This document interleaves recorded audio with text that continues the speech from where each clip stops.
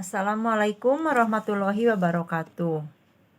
Selamat pagi anak-anak semuanya. Semoga kalian selalu dalam keadaan sehat walafiat.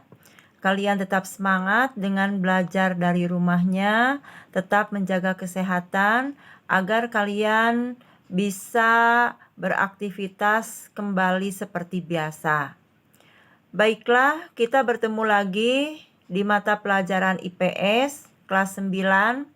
Kali ini kita akan membahas tentang pasar bebas, ya. Nah, sebelum kita mulai, sebaiknya kita berdoa dulu dengan membacakan basmalah. Bismillahirrohmanirrohim. Kita lihat kompetensi dasarnya, yaitu 3.3, menganalisis ketergantungan antar ruang dilihat dari konsep ekonomi, produksi, distribusi, konsumsi, dan harga pasar, dan pengaruhnya terhadap migrasi penduduk, transportasi, lembaga sosial, dan ekonomi, pekerjaan, pendidikan, dan kesejahteraan masyarakat. 4.3 menyajikan hasil analisis tentang ketergantungan antar ruang dilihat dari konsep ekonomi dan pengaruhnya terhadap migrasi penduduk, transportasi, lembaga sosial dan ekonomi, pekerjaan, pendidikan, dan kesejahteraan masyarakat. Adapun tujuan pembelajaran yang ingin dicapai yaitu menjelaskan pengertian pasar bebas, menyebutkan ciri-ciri, manfaat, dan tujuan pasar bebas, memberikan contoh organisasi ekonomi yang berkaitan dengan pasar bebas, menemukan latar belakang, tujuan berdirinya organisasi perdagangan bebas di ASEAN dan kawasan lainnya. Kemudian kita lihat materinya mulai dari pengertian pasar bebas. Pasar bebas atau dikenal juga dengan perdagangan bebas adalah perdagangan antar negara yang tidak melibatkan campur tangan pemerintah dalam beberapa peraturan perdagangan tertentu. Nah, kebijakan perdagangan bebas, 1. Perdagangan barang dan jasa tanpa pajak atau hambatan perdagangan lainnya. 2. Akses ke pasar yang tidak diatur. 3. Akses informasi yang tidak diatur. Adapun ciri-ciri pasar bebas yaitu 1. Sumber produksi dan alat dapat dimiliki serta ditata oleh seseorang, masyarakat, maupun perusahaan. 2. Terdapat persaingan antar pemilik bisnis dalam mendapatkan keuntungan yang lebih banyak. 3. Terdapat suatu pembagian kelas dalam perekonomian masyarakat sebagai kelas pekerja dan pemilik modal. 4. Terbatasnya campur tangan pemerintah dalam kegiatan ekonomi yang dilakukan. Kemudian kita lihat apa manfaat dengan adanya pasar bebas atau perdagangan bebas. 1.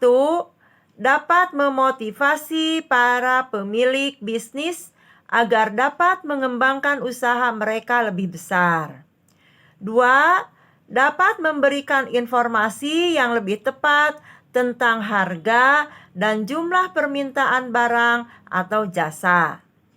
3. Dapat memberikan dorongan untuk pemilik bisnis agar dapat memperoleh keahlian yang modern atau memperbaharui keahliannya. 4. Dapat membentuk penggunaan atau konsumsi barang dan faktor produksi menjadi lebih efisien. 5. Memberikan kebebasan penuh pada masyarakat dalam melakukan kegiatan ekonomi. Berikutnya kita lihat tujuan pasar bebas. 1. Untuk meningkatkan perekonomian negara. 2. Untuk meningkatkan pendapatan negara. 3. Untuk memenuhi kebutuhan dalam negeri. 4. Bisa memperluas pasar. Dan yang kelima, dapat menciptakan transfer of technology. Nah, kita lihat contoh-contoh atau jenis-jenis organisasi ekonomi dalam perdagangan bebas. Yang pertama ada Masyarakat Ekonomi ASEAN atau MEA. Yang kedua, ASEAN Free Trade Area atau AFTA. Yang ketiga, Asia Pacific Economic Cooperation atau APEC. Yang keempat, Uni Eropa atau Masyarakat Ekonomi Eropa atau sering disebut juga dengan MEE. Dan yang berikutnya, World Trade Organization atau WTO. Kita bahas satu persatu. Yang pertama kita bahas tentang Masyarakat Ekonomi ASEAN atau MEA. Latar belakang berdirinya yaitu MEA diawali dengan adanya perjanjian bersama pada konferensi tingkat tinggi atau KTT yang digelar di Kuala Lumpur, Malaysia tahun 2006. Hasil KTT adalah ditandatanginya deklarasi Cebu yang isinya konsensus diberlakukannya MEA mulai tahun 2015. Semula rencananya tahun 2020. Hal ini menjadi salah satu langkah nyata untuk menjadikan ASEAN sebagai daerah perdagangan bebas yang meliputi seluruh komponen aktivitas ekonomi seperti barang, tenaga terampil, modal, investasi, dan jasa. Kemudian kita lihat tujuan dari MEA. 1. MEA akan dijadikan sebagai kawasan yang memiliki perkembangan ekonomi yang merata dengan memprioritaskan pada usaha kecil menengah atau UKM.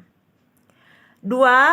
MEA akan dibentuk sebagai kawasan ekonomi dengan tingkat kompetisi yang tinggi, sehingga tercipta sistem persaingan yang adil. Anak-anakku lihat yang kedua, di sini ada AFTA, ASEAN Free Trade Area. Apa yang melatar belakangi berdirinya AFTA?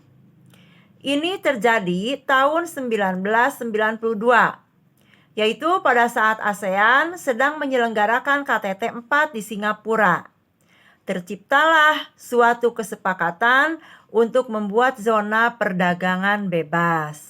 Ya, sebagai tindak lanjutnya, ini terdapat salah satu kebijakan dengan menghapuskan tarif bagi negara-negara anggota ASEAN. Adapun tujuan dibentuknya AFTA, yaitu menjadikan kawasan ASEAN sebagai tempat produksi yang kompetitif. 2. Menarik lebih banyak foreign direct investment. Yang ketiga, meningkatkan perdagangan antar negara ASEAN. Kemudian lihat yang ketiga, yaitu Asia Pacific Economic Cooperation atau disingkat dengan APEC. Ya. Latar belakang berdirinya, APEC didirikan tahun 1989. Yaitu dengan adanya konferensi negara-negara kawasan Asia Pasifik yang dilaksanakan atas prakarsa Australia pada bulan November tahun 1989 di Canberra. APEC berdiri ditandai dengan kebutuhan pembangunan ekonomi regional akibat globalisasi sistem perdagangan. Nah, negara-negara APEC, pendiri APEC, ini terdiri dari 12 negara, yaitu Australia, Brunei Darussalam, Kanada, China, Indonesia, Jepang, Korea, Malaysia, New Zealand, Singapura, Thailand, dan Amerika Serikat. Tujuan berdirinya APEC. 1. Meningkatkan kesejahteraan dan pertumbuhan ekonomi di kawasan Asia Pasifik dan meningkatkan kerjasama ekonomi melalui peningkatan volume perdagangan dan investasi. 2. Sebagai tempat usaha negara maju untuk membantu negara berkembang. Kemudian yang ketiga, meningkatkan perdagangan dan investasi antar negara. Yang keempat, menjalankan kebijakan ekonomi secara sehat dengan tingkat inflasi yang rendah. Berikutnya, bisa mengurangi dan mengatasi sengketa ekonomi perdagangan. Kemudian organisasi ekonomi berikutnya yaitu Uni Eropa atau Masyarakat Ekonomi Eropa, ya. Faktor yang melatar belakangi berdirinya MEE ini yaitu dikarenakan kondisi ekonomi dan politik negara-negara Eropa setelah Perang Dunia Kedua yang mengalami perpecahan dan kekacauan. Selain itu, beberapa negara menginginkan sebuah kerjasama ekonomi dan politik untuk meningkatkan kesejahteraan dan perdamaian masyarakat Eropa. Tujuan berdirinya MEE yaitu integrasi Eropa dengan cara menjalin kerjasama ekonomi untuk memperbaiki taraf hidup, memperluas lapangan pekerjaan. 2. Memajukan perdagangan dan menjamin adanya persaingan bebas serta keseimbangan perdagangan antar negara anggota. Yang ketiga, menghapuskan semua rintangan yang menghambat lajunya perdagangan internasional. 4. Meluaskan hubungan dengan negara-negara selain anggota MEE.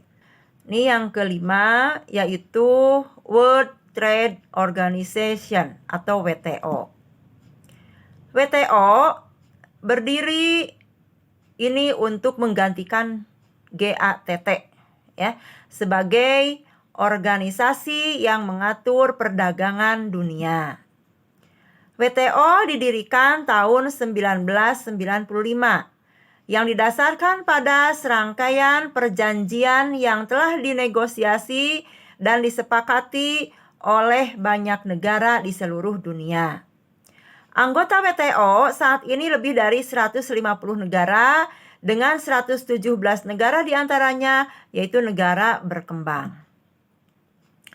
Tujuan WTO: 1. Meningkatkan kesejahteraan negara-negara anggota melalui perdagangan bebas. 2. Membantu produsen barang dan jasa serta eksportir dan importir dalam kegiatan perdagangan. 3. Mendorong lebih terbukanya perdagangan dunia. 4. Menciptakan rangkaian aturan dan prinsip guna mengatur perdagangan internasional. 5. Menyusun kewajiban anggotanya untuk menjamin berjalannya sistem internasional. 6. Menyediakan forum untuk membicarakan isu-isu perdagangan internasional. Dan 7. Menyediakan mekanisme penyelesaian perdagangan internasional. Sekian materi tentang pasar bebas. Terima kasih atas perhatiannya. Semoga kalian bisa mengerjakan tugasnya dengan baik. Wassalamualaikum warahmatullahi wabarakatuh.